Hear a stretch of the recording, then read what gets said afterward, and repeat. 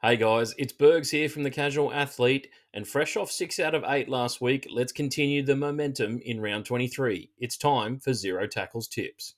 First up on Thursday night, we have the Rabbitohs taking on the Storm at a core stadium. Now, the Storm come into this one having won their last 8 out of 10 games against the Rabbitohs and will no doubt be looking to bounce back from a loss at home last week to the Dragons. For the Rabbitohs, I thought they were pretty good in that game against the Sharks. They didn't concede too many points, but their attack left a little bit to be desired, and they do have a couple of injuries to worry about at the moment. Cody Walker, however, does come back into the side. He's been named in the halves this week. And on the Melbourne side of things, they're going to be without star-started back rower Eli Katoa. So Trent Liero moves to the second row, and Nelson Asofa-Solomona comes into the lock role. Very interesting to see that play out.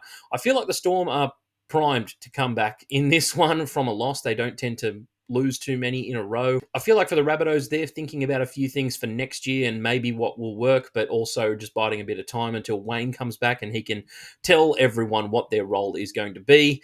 But I just feel like they won't get a win in this one, and the Storm will return to form, 13 plus. The second game is Friday night at 6 o'clock at Seabus Super Stadium on the Gold Coast, and the Titans will be taking on the Sharks in this one. Now, the Sharks come into this one having won 9 out of their last 10 games against the Titans. However, the Titans did beat them only 6 rounds ago at Coffs Harbour in a tight one, and they will also be without Braden Trindle this week as he picked up an injury last week, so Blake Brayley moves into the halves position. On the Titans side of things, AJ Brimson has been named as the 18th man.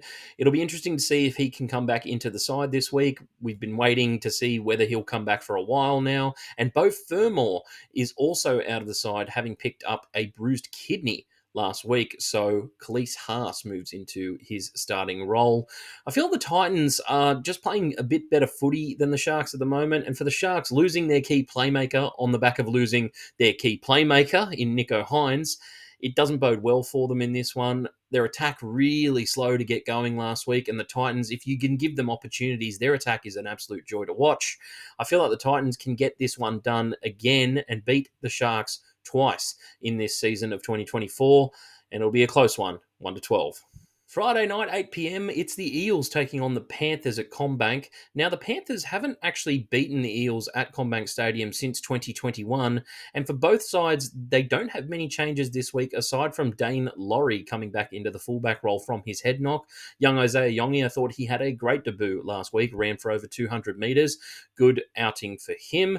And for the Eels, it was a great win that they got over in New Zealand. Definitely one they weren't expected to. They defended like their lives depended on it for at least 70 minutes of the game, and the scoreline really flattered the Warriors in the end of it. They scored a few tries towards the end of the game to make it just a little bit closer.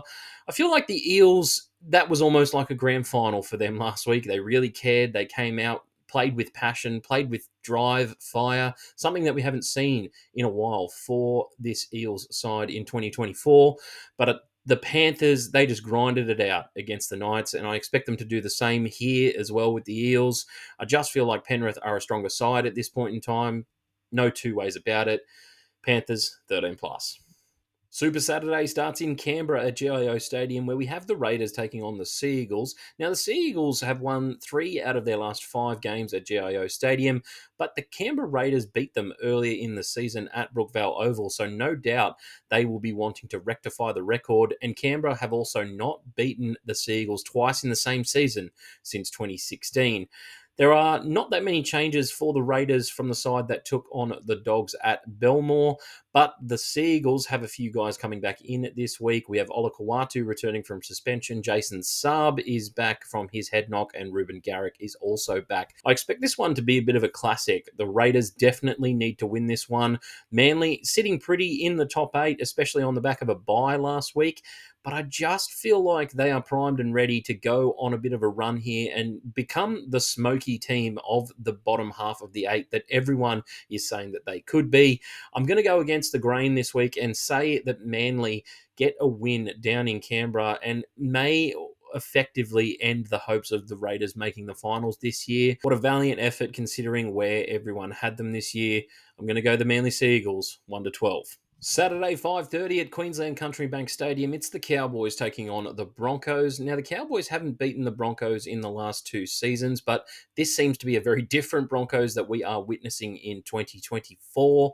For the Broncos, couple of changes to their side. Josiah Karapani comes in as Corey Oates goes out of the side. We have Josh Rogers in the 5'8" position instead of Ezra Mam, who picked up an injury last week, and Xavier Willison comes from the bench into the starting side. For the Cowboys, Ruben Cotter is back in the side, and that is a welcomed in considering they lost a little bit of go forward last week, a little bit of steel in defence as well, and no doubt both sides will be wanting to fix their defence on the back of some performances last week. Cowboys, though, were winners down at Leichhardt, and I've got to say, as a Cowboys fan, it was a little bit disappointing to watch them concede 30 points. For the Broncos, it was looking rosy at halftime. They led 18-10 and got shut out 36-0 in the second half, just not showing any desire right now, not showing the kind of zeal that took them all the way to the grand final. They had one of the best defenses in the comp last year, but it has not carried over into this season, that is for sure. I feel like if the Cowboys are going to be serious about making the top 8 this year, then they need to beat the Broncos this week. But these games are always classics, always close, and I feel like the Cowboys get it done 1-12. Saturday night at Netstrata Jubilee Stadium could be a barn burner with the performances these two sides put up last week. The Dragons take on the Dogs, and for the Dogs first, being out at Belmore was an unbelievable sight on Sunday afternoon. Stephen Crichton leading his team to a victory in front of 18,000 strong. They are looking really good heading into the finals and are eyeing off a top 4 position. For the Dragons, they're in a finals battle of their own, trying to cling on to a spot in the top 8. They moved into the top 8 with a win last week, and damn, they were impressive down in Melbourne, a place where they had not won since 1999, and they have to be extremely happy with the result that they turned out. They kept turning up for each other in defence, they kept scrambling, and it's something that I want to see on a more consistent basis from the Dragons this year. They have been almost impossible to tip considering some of the results they've had this year. In this one, though, I feel like they go back to their win-loss method, and the Dogs will get a win here, but it will be close 1-12. Netstrata Jubilee Stadium is a tough place to go, but the Dogs are building nicely, and I just feel like they've got the wood on teams like the Dragons at this point in time, especially if the Dragons turn up with an attitude like they had against Penrith, not the one that they had against the Storm. Sunday footy starts at Suncorp, where the Dolphins will be taking on the Warriors. Now, both of these teams come off a loss last week. The Dolphins gave it all they had against the Roosters, and to score 34 points and not pick up the 2 competition points has to be heartbreaking for them.